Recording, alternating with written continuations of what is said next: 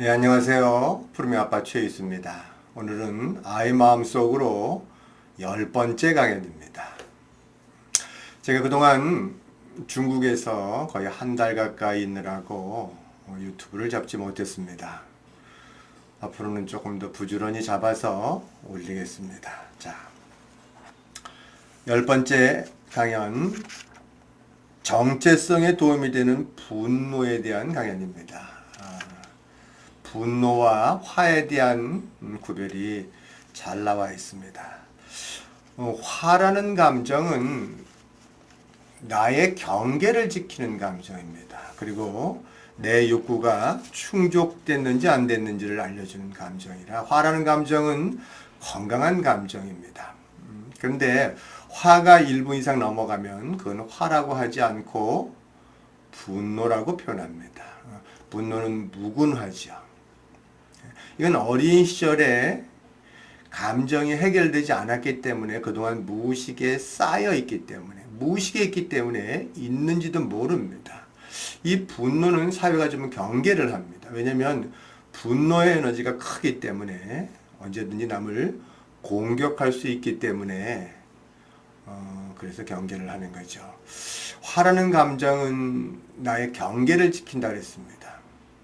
그러나 분노는 경계를 지키는 것이 아니라 남을 공격하는 에너지입니다. 되게 이 분노가 굉장히 다른 문제를 일으킵니다. 이 분노가 많은 사람들은 두려움도 많아요. 그리고 분노는 이게 위장된 분노가 되어버리면 자기 내면으로 들어가면 죄의식이 되어버립니다. 그리고 분노는 투사 없이는 일어나지 않는다라고 표현합니다. 이 투사라는 단어는 어떤 거냐면 남한테 던진다라는 뜻이죠.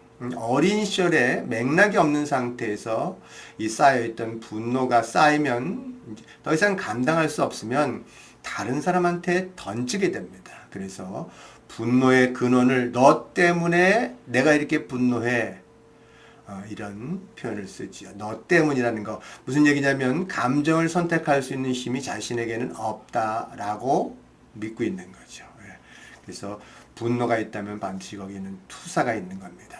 아이들한테 분노 많이 나죠. 그건 아이들이 안전하기 때문에 그래서 아이들한테 던질 수 있는 겁니다. 어린 시절에 사실 부모의 관계 안에서 욕구가 충족되지 않았던 그 무엇인가가 쌓여 있었는데 그거를 표현 못하고 그 에너지가 해결되지 않았다가 가장 안전한 아이들한테 그거를 투사함으로써 그 아이들한테 던지게 됩니다.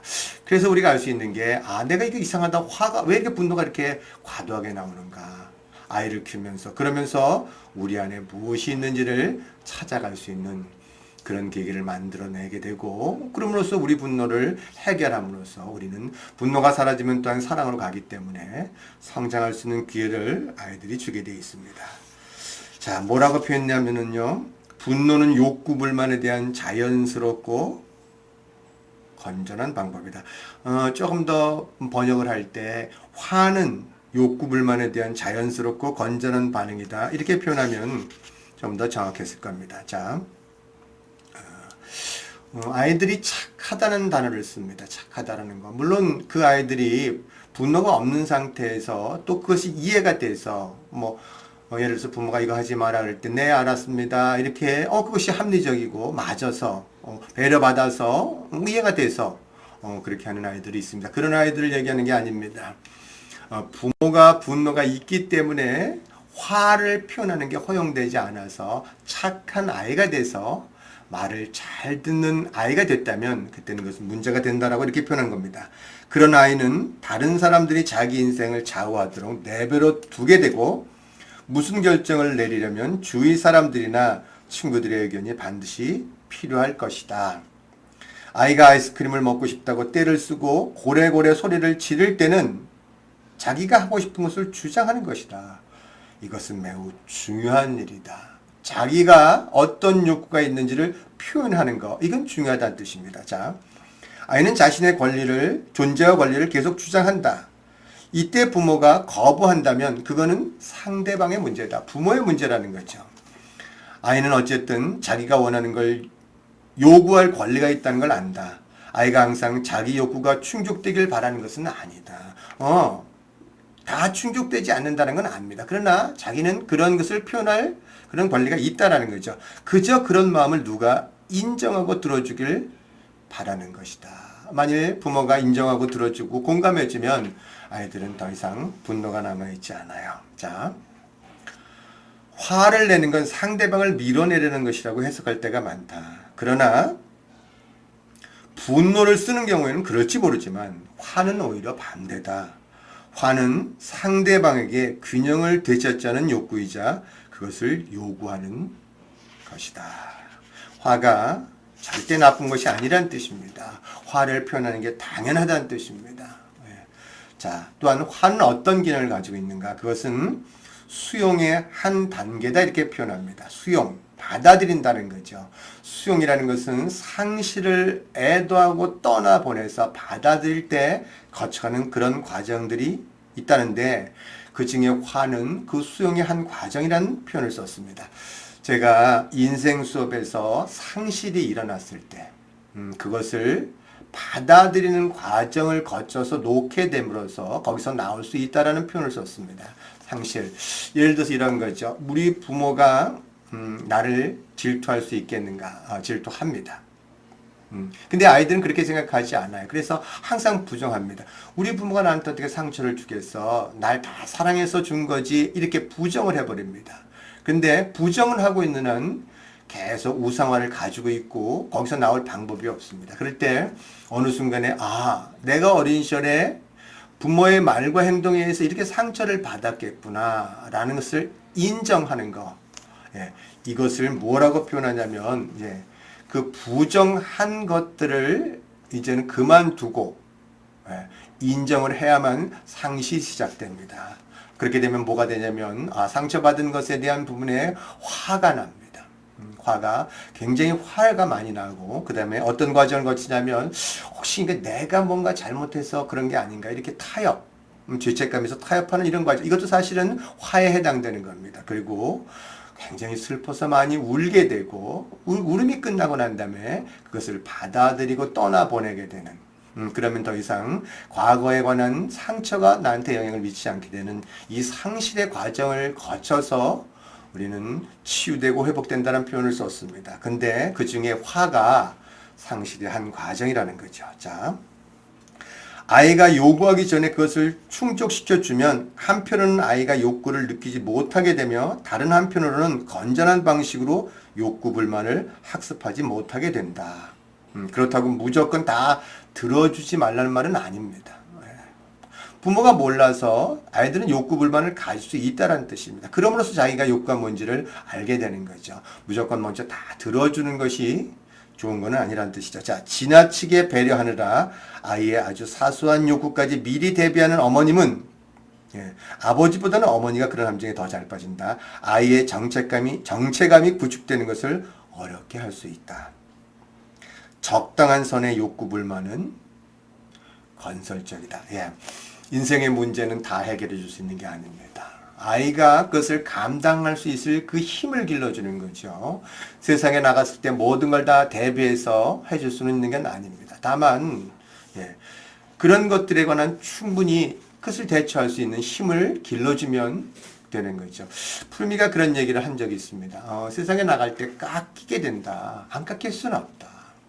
그러나 깎일 때 그 힘이 있다면 그것은 아름다운 조각품이 될 것이고 그 힘이 없다면 무너질 거란 뜻입니다. 자, 그러나 아무리 부모가 배려한다 해도 당연히 그 욕구 불만은 피할 수가 없는 거죠.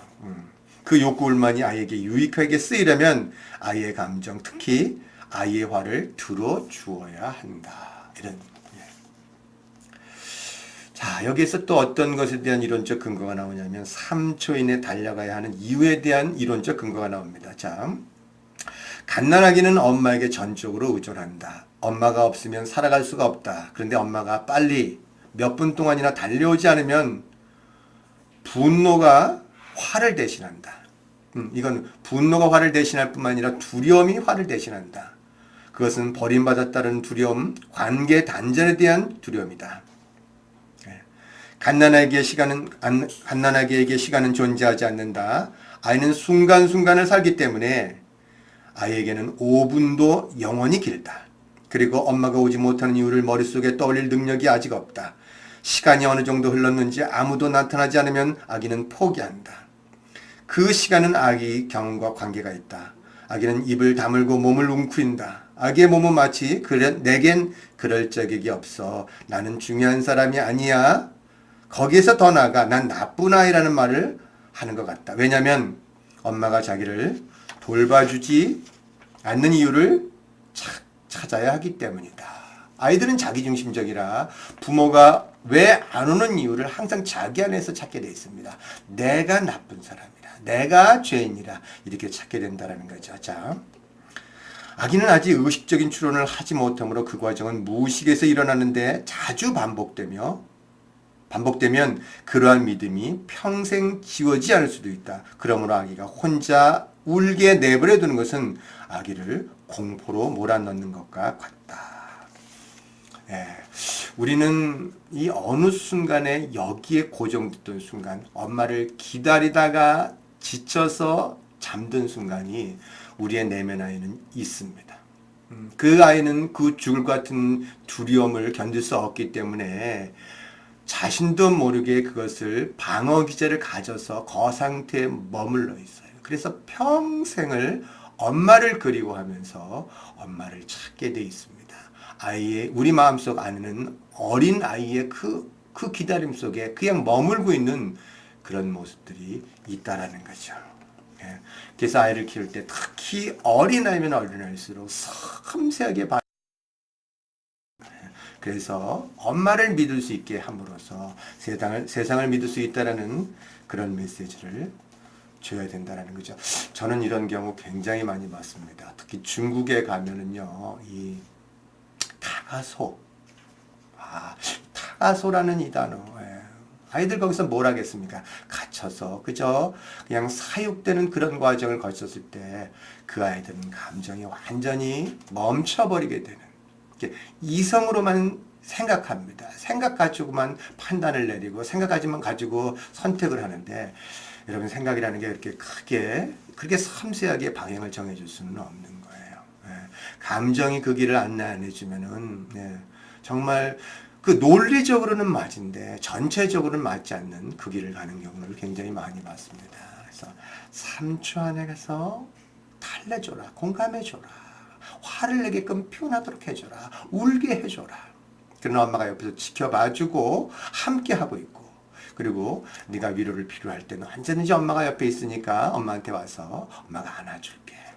그러면서 그 아이는 세상을 살아나갈 수 있는 그 내면의 힘을 기르게 되어 있다는 뜻이죠. 자, 화라는 것은 그런 면에서 상실의 한 과정을 거쳐갈 수 있는 그런 하나의 그런 구성 요소이기 때문에 결국 나중에는요, 이 화를 표해야 됩니다. 분노가 나와서 나중에는 분노가 없을 정도까지 가져야 된다는 거. 이것이 치유 과정이고 이것이 성장하는 과정이 될 수밖에 없다라는 거예요. 자, 부당함에 맞서기. 화는 부당함에 맞서는 데에도 도움이 된다. 화는 자신을 침범해 오는 것에 대한 반응이며 우리가 용인하고 싶지 않은 것을 반대하는 것이다. 화는 정체성에도 도움이 된다. 자신의 영역, 몸, 생각, 가치를 보호할 수 있기 때문이다. 화는 자신을 주장하고 안 된다라고 말할 수 있으며 자기 자신을 느낄 수 있는 힘을 부여한다. 화를 느낄지 모르고 표현할 줄 모르면 자신이 희생자로 느껴지고 삶에서 무기력해질 때가 많다. 화를 표현하는 것은 자신의 힘을 느끼고 사람들에게 존중받고 욕구 불만에 맞서면서도 결핍으로 인한 고통 때문에 파괴되지 않고 조화로운 관계를 맺는데 필요하다. 야, 이거 참. 그래서요, 화를 낼 때는 사람들이요, 버리지 않습니다. 왜냐면 그 사람이 자신의 경계를 정하니까 오히려 믿음이 훨씬 더 강합니다. 여러분 성장하면 화가 더 난다 그랬습니다. 그렇게 하고 그 경계를 딱 정해주기 때문에 안전해요. 그리고 화가 길어봤자 어느 때는 1초, 0.1초도 가지 않습니다. 그냥 화내고 그걸로 끝나는 거예요. 그렇다고 너가 잘못됐다, 너 때문에 이런 말은 없습니다. 내 감정이 이렇게 해서 화가 난다, 이렇게 표현합니다. 그러면 상대방이 경계를 들어왔구나 안 들어왔구나 이것들을 알게 되는 거죠. 조활한 대립과 대화로 얻는 것이지 침묵과 자기 부정으로 얻을 수 있는 것은 결코 아니다. 내가 요구하는 것을 상대방이 거절하면 관계는 금이 간다.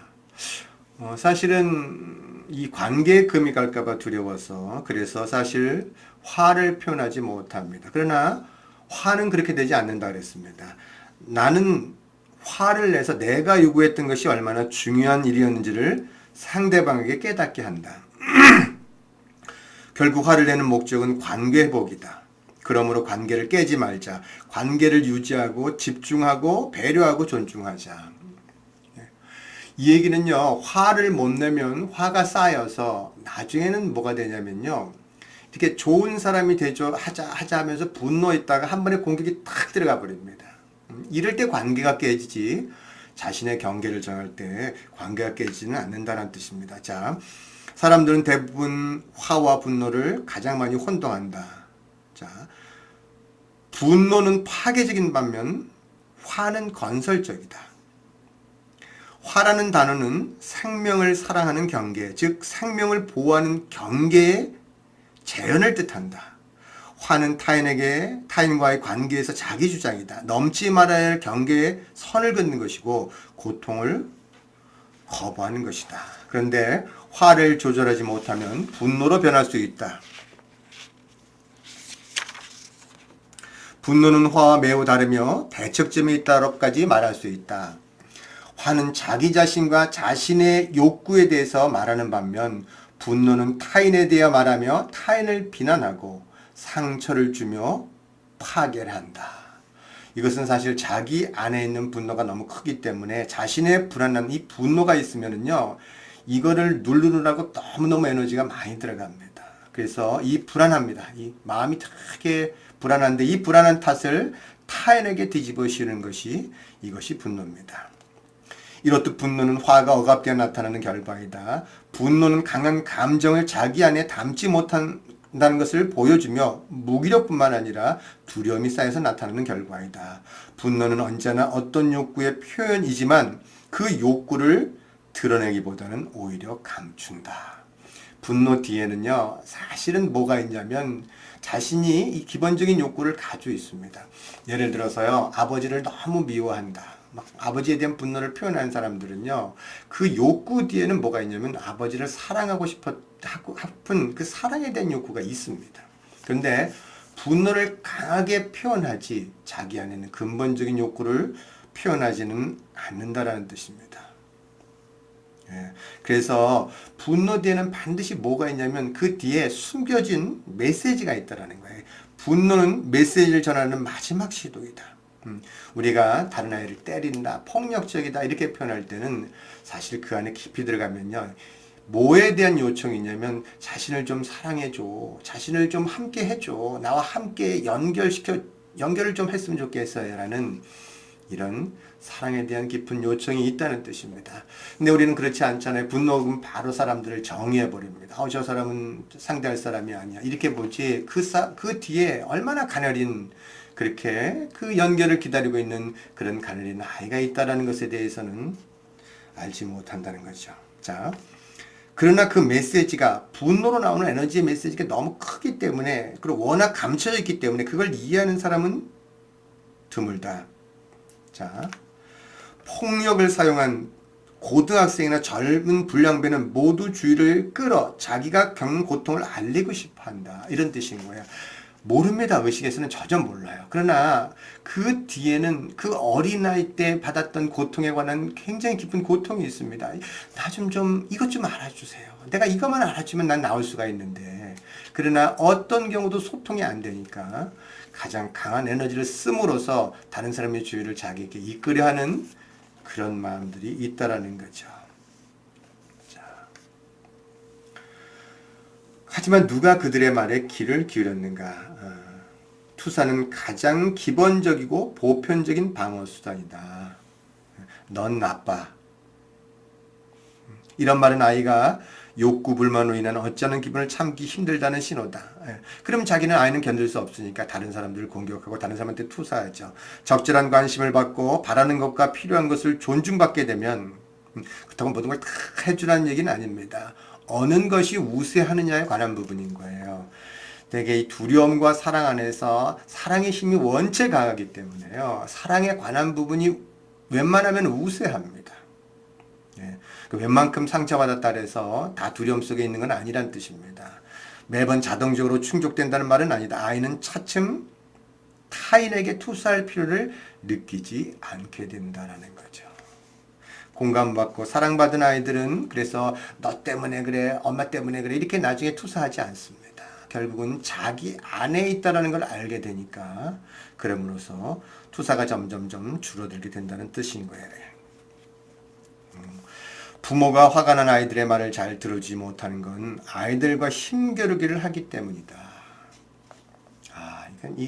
이 책은요, 이미 내면아이에 관한 부분들을 이해하고 있는 책입니다. 대개요, 우리가 자랄 때 5살 이전에 전능한 자가 우세하면서요, 막 이기려 하는 때가 있습니다. 그거 엘리베이터 버튼 탁 누르면 내가 안 눌러야 되는데, 뭐 이러고 계속 이기려 하잖아요. 그리고 엄마 주먹 내, 그리고 보재기 냅니다. 그리고 끝없이 이기려고 합니다. 사람들은 그런 생각을 해요. 저렇게 이기려다가 나중에 계속 이기는 버릇없는 사람 안 될까? 뭐 이런 염려를 하는데 그렇지 않아요. 그거는요 이겨보면서 자기 충족을 갖고 있는 겁니다. 황제의 시기에 황제가 되도록 해주라 그랬습니다. 이런 아이들은 충분히 이구지는 싸움에서 이겨봤기 때문에 지는 걸 받아들이지 않고 어른이 돼서도 뭐 지는 거에 대해서 그냥 과정에 충실했어, 즐겼어. 그리고 결과는 그렇게 나온 것뿐이지 뭐 내가 좀 즐겼으면 됐지. 거기에 뭘 더 이기려 해. 이런 마음 자체가 사라져요. 그런데 그때 충분히 이겨보지 못했던 그런 사람들은 뭐든지 이기려 합니다. 아주 작은 거에서도 이기려 합니다. 그리고 지면 되게 안 좋아하고요. 또 진 것을 감추는 상태가 뭐냐면 질투로서 그것들을 싹 돌려서 얘기하게 되는. 이때 충분히 이겨본 경험이 없는 사람들은 내면에 이기고 싶은 마음이 있는데 이 이기고 싶은 마음을 누구한테 가장 잘 쓰냐면 사실 자기 배우자입니다. 배우자가 서로 너가 이겨야 돼. 네가 이기면 난 지는 거야.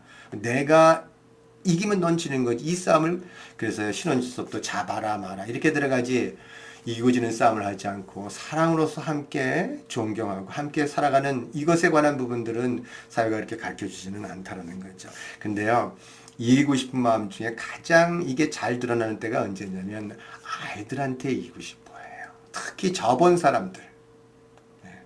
그때는 어떤지 아세요? 아주 어떻게든 간에 저걸 이기고 싶은데 자기가 부모니까. 그래서 이 싸움을 아이들한테 한다라는 뜻입니다. 자, 아이와 경쟁을 하기 때문에 아이보다 성숙한 정신을 가졌다는 사실도 있고 자기가 엄마라는 사실도 있는 거죠.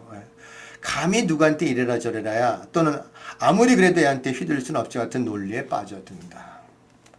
이 싸움 많이 하셨죠? 부모들도 어린 시절에 자기가 화를 표현할 권리를 가지지 못했기 때문에 과거에 느꼈던 분노가 그대로 내면에 박혀 있고 그 분노가 다시 수면으로 떠오를까봐 두려운 것이다. 이거 두렵죠.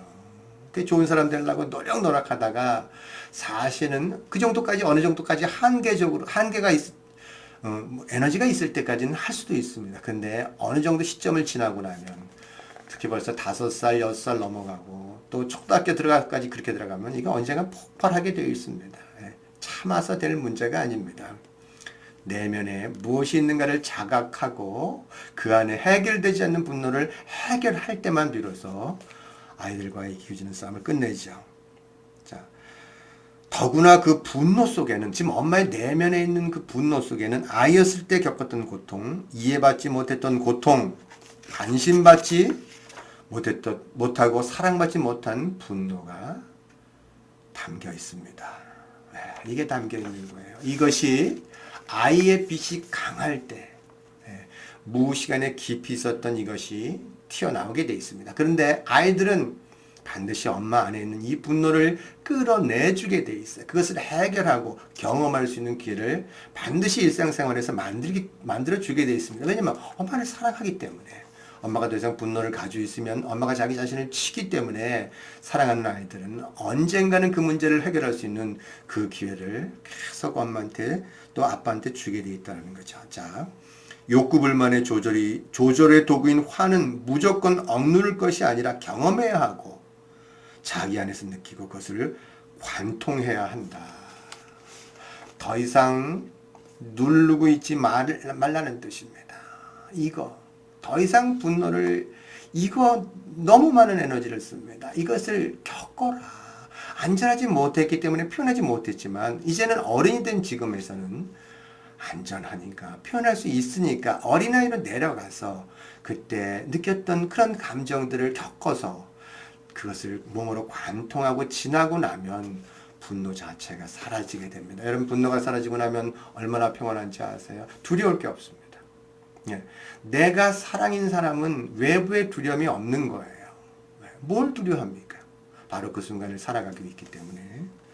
자, 결론은 이런 겁니다. 화에는 건전하고 비폭력적이고 건설적인 화가 있는 반면에 과하고 폭력적이며 파괴적인 화도 있다. 이것이 분노다. 이렇게 표현했습니다. 첫 번째, 화에는 귀를 기울여 하고 두 번째 화, 분노는 해독해야 된다. 분노는 독입니다.